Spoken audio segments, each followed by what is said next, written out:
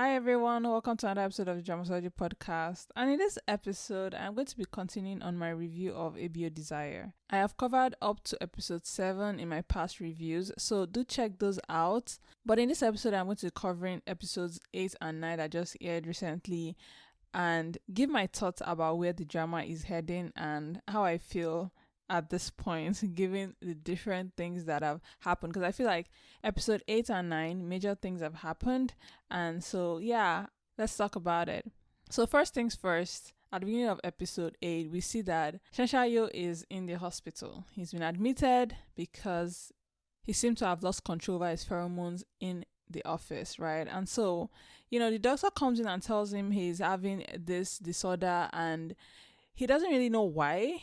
But, he encourages Shen to remain in the hospital for further testing and just to make sure he has a clean bill of health before he leaves. Shen is obviously thrown in the loop. He doesn't understand why this is happening. It doesn't make any sense because, he's an S-class alpha.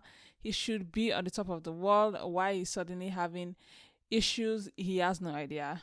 But we, the viewers, we know that this is all Hua Yong's doing, right? Hua Yong has been slowly altering Shen constitution to make him his own personal Omega, which is something that is actually just interesting, right? The idea that you can bring an alpha down to being an Omega or your own Omega, right? It's a very interesting concept because basically everybody can be tops in this world. That's the beautiful thing about like Omega verse, right? The only thing or the only group of people that have yet to be toppable is enigmas, right? And that's just by virtue of their existence. But I'm telling you, it's coming. It's going to be a thing. And I'm sure if I like try and find fan fictions or just like novels, I'm sure there'll be somewhere enigmas being topped as well. Like you know what I'm saying? Like, because again, I feel like the point of Omega verse is to be able to just top guys. That's just it. You want to be able to like bring guys down a notch, right? So, that's kind of what's happening here. You have someone that he considers himself the top of the top dog, and he's been reduced to an Omega. Not that being an Omega is anything wrong, obviously, guys, right? I don't discriminate, but for someone like him, you can imagine. I mean, he doesn't know yet that that's what's happening, but I'm sure it's going to be an issue. It has to be an issue because Hua Yong is freaking me out, honestly. Like, actually, this past 2 episodes, I have been so freaked out by him that you guys don't even understand. That I'm trying to I'm not sure if I can. I can even like say I'm supporting him. Not that I was before, but like to an extent I was like, I understand. But now I'm like, this is actually really terrible. Like genuinely, like he's one of the worst characters I have ever like had the pleasure of watching, right? Shashai doesn't know why he's developing these issues, right? And part of why I think this is problematic is because this is affecting his like daily life as well, right? Because again, his whole biological like just self is being changed and it's being done and it's happening in like uncomfortable places where it shouldn't be happening. So one happened in his office, the other one when he went to meet the head of X Holdings, right? Obviously we know that that's Hua Yong as well, but still like for everybody else in that room, when he faints and he like just like releases a burst of like pheromones, that is impolite. Like in the Omega verse world, that is impolite, that is wrong, that is terrible, right? Like an S-tier alpha doesn't do things like that. That is embarrassing, right? So to an extent, even though Hua Yong is doing all this and everything, I feel bad for Shen Yu. Like this drama has successfully made me feel bad for the alpha. Like that's right, because actually if you think about it, Shen Yu is not a terrible alpha, right? Like he's not the worst of the worst, if that makes sense. Like he's a playboy, like he's had multiple partners, but it's all consensual. They all liked him and everything. So he actually doesn't deserve this. There's also even a moment where you see him like even save Hua Yong when Hua Yong is pretending to be an Omega in the club, right? Someone's harassing him and he saves him. So he's also like just a good person in that sense that he doesn't like accept like just like assault on random Omegas, right? So on the scale of like terrible Omegas, Shen Wen Lang I would say is even worse because Shen Wen Lang doesn't even like Omegas. Shen is actually a decent person, right? So having all this happen to him is actually really sad. And actually I'm uncomfortable by it. I am genuinely uncomfortable by it because Hua Yong is doing it in a way that I don't get why he has to do this, right? And this is only doable because I think Hua Yong is like psychotic, like is genuinely not an okay person, because there's nothing that stops him from just like approaching Shen Xiaoyu as a normal person, or even if he's going to do all this thing, right, to not let it go this far, right? The point where in episode 9 you see Shen Xiaoyu that he is basically crying because Hua Yong has left him, and also just that whole point of trying to get him to surrender his omega for the drugs that his dad needs is just like, it's just terrible, because it's like you're putting him between a rock and a hard place, right? You're like not giving him options, and you're basically playing with his dad's life, right? I did read somewhere, and this is a spoiler maybe, that Hua Yong developed that drug specifically for Sheng Xiaoyu, right? That's how much he, is obsessed with him, right? So if that's true, yeah, that's nice and everything. But the fact that he's now making him choose, I don't know what the point of trying to make him choose is. Like, is he trying to see if like Sheng Xiaoyu would choose him? It doesn't make sense though for Sheng Xiaoyu to choose him, right? And I would think that he would not expect that, right? Because again, if you guys think about this from like a purely alpha omega like point of view, imagine like Hua Yong as an enigma does not exist. Like, there's actually nothing special about Hua Yong the omega that Shen Xiaoyu should be this in love with. Like, that's the one part about this drama that hasn't resonated with me, that I don't understand why Shen Xiaoyu is so taken with Hua Yong, because he's exactly like his exes, right? There's nothing that makes him special in this case, right?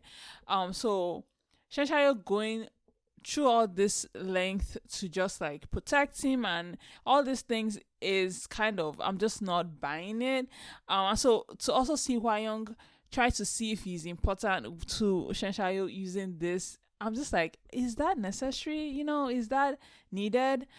So yeah, I don't know. Like, Hua Yong is a terrible, terrible character and very unlikable. And I want to say that I've been seeing discourse online about what Hua Yong is doing to Shen Xiaoyu, and I just want to give my 2 piece on this, right? My 2 cents. A lot of people have been saying that like people should not be offended because this is just how the Omega verse is, right? And I guess this is mainly in referral to Shen Wen Lang and Hua Yong's like non-consensual like relation with their partner, right? In episode 9, right? That like people should not be offended by this. This is just how Omega verse is. Also just Hua Yong being such a terrible person, things like that. Just don't be offended by it. Like, this is just how it is. And I get that fact, but I don't think it's right to tell people not to be offended by it or not to see an issue with it. Like, it's perfectly fine for you to see an issue with it, for you to think Hua Yong is terrible, for you to think Shen Wen Lang is terrible. That does not negate if you enjoy it and you want to keep watching it. But it's okay to recognize that these are terrible people, and it's okay for them to be terrible, and it's okay for you to say it's important for people not to normalize this and it being okay. It's actually important to have the discourse of this is terrible and to preach it, because for those that are younger that are watching this is not actually a good thing. So it's actually very important to make that point known. And so I very much encourage those that like have discourse about this and talk about how this is terrible. I genuinely encourage that, and I encourage that they continue saying that, because it's true. Despite that, and even though I say that, I will still watch this and I will still enjoy it. But I know that like my moral compass and my like growth as a person knows right from wrong. So I understand that this is wrong and this is not real life, this is fiction, and I can be done with it when I'm done with it, right? And I will never condone such a thing in public. But there are some people that, you kind of need to guide them on these things and get them to understand that actually this is not a good thing, this is terrible. And yes, it's Omega verse and everything, but it's like we live in a society and people do learn from things like this. So it's important for people to also know that this is not right? So I just want to make that point. But yeah, moving on, in episode 9, I think that was where the major pivoting point happened, where the sex scenes come in, right? And Hua Yong and Shen Xiaoyu have sex, and so do Shen Wen Lang and Gao Tu, right? For Hua Yong and Shen Xiaoyu, and also even for Gao Tu and Shen Wen Lang, right? I will say, and I'll talk about this later, the directing in that scene was not as good as it could be, because again, one thing about Chinese drama is that if you watch the BTS, that is the behind the scenes of a lot of this like scenes, you are expecting so much more. So when you get what you get, you're kind of like, what the hell is this, right? And so that's what happened here. One thing I will say is that with Hua Yong and Shen Xiaoyu, right, despite it being not as good, I still kind of enjoyed it, because there are still breaths, there are still things like that that kind of just like titillating and just giving you that imagination to pull you through that scene, because again, the scene is not that well shot.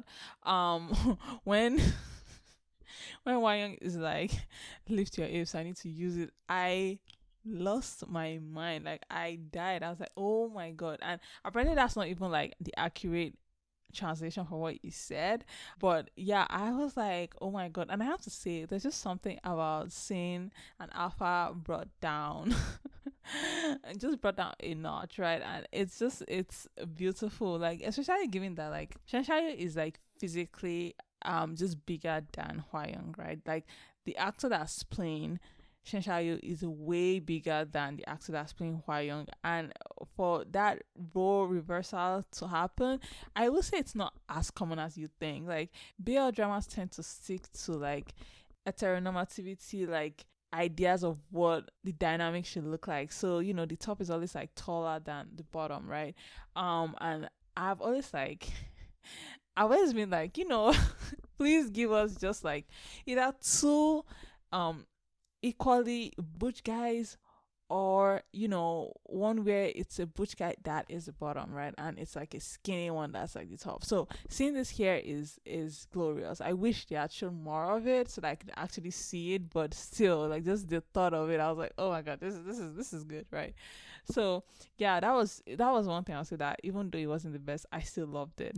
Now for Shen Wen Lang and Gao Tu, and I'll say that this is kind of, I feel like, where the directing lost me, because I understand to an extent if you don't have enough budget to kind of make the room dark enough so that it will follow the novel, because in the novel that was the thing, right? Shen Wen Lang could not see that it was Gao Tu. So even though Gao Tu knew it was Shen Wen Lang did not know it was Gao Tu, because he was drunk and the room was dark.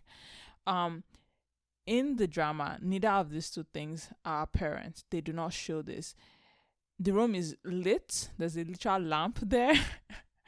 And also, Shen Wen Lang is not drunk, right? There's also a thing in the novel where he wasn't just drunk, but like Gao Tu's pheromones affected him to the point where that was also clouding his judgment, right? So that whole thing is not even something he remembers, right? But in the drama, right, you don't see that. Like, Shen Lang is walking straight. He doesn't look drunk.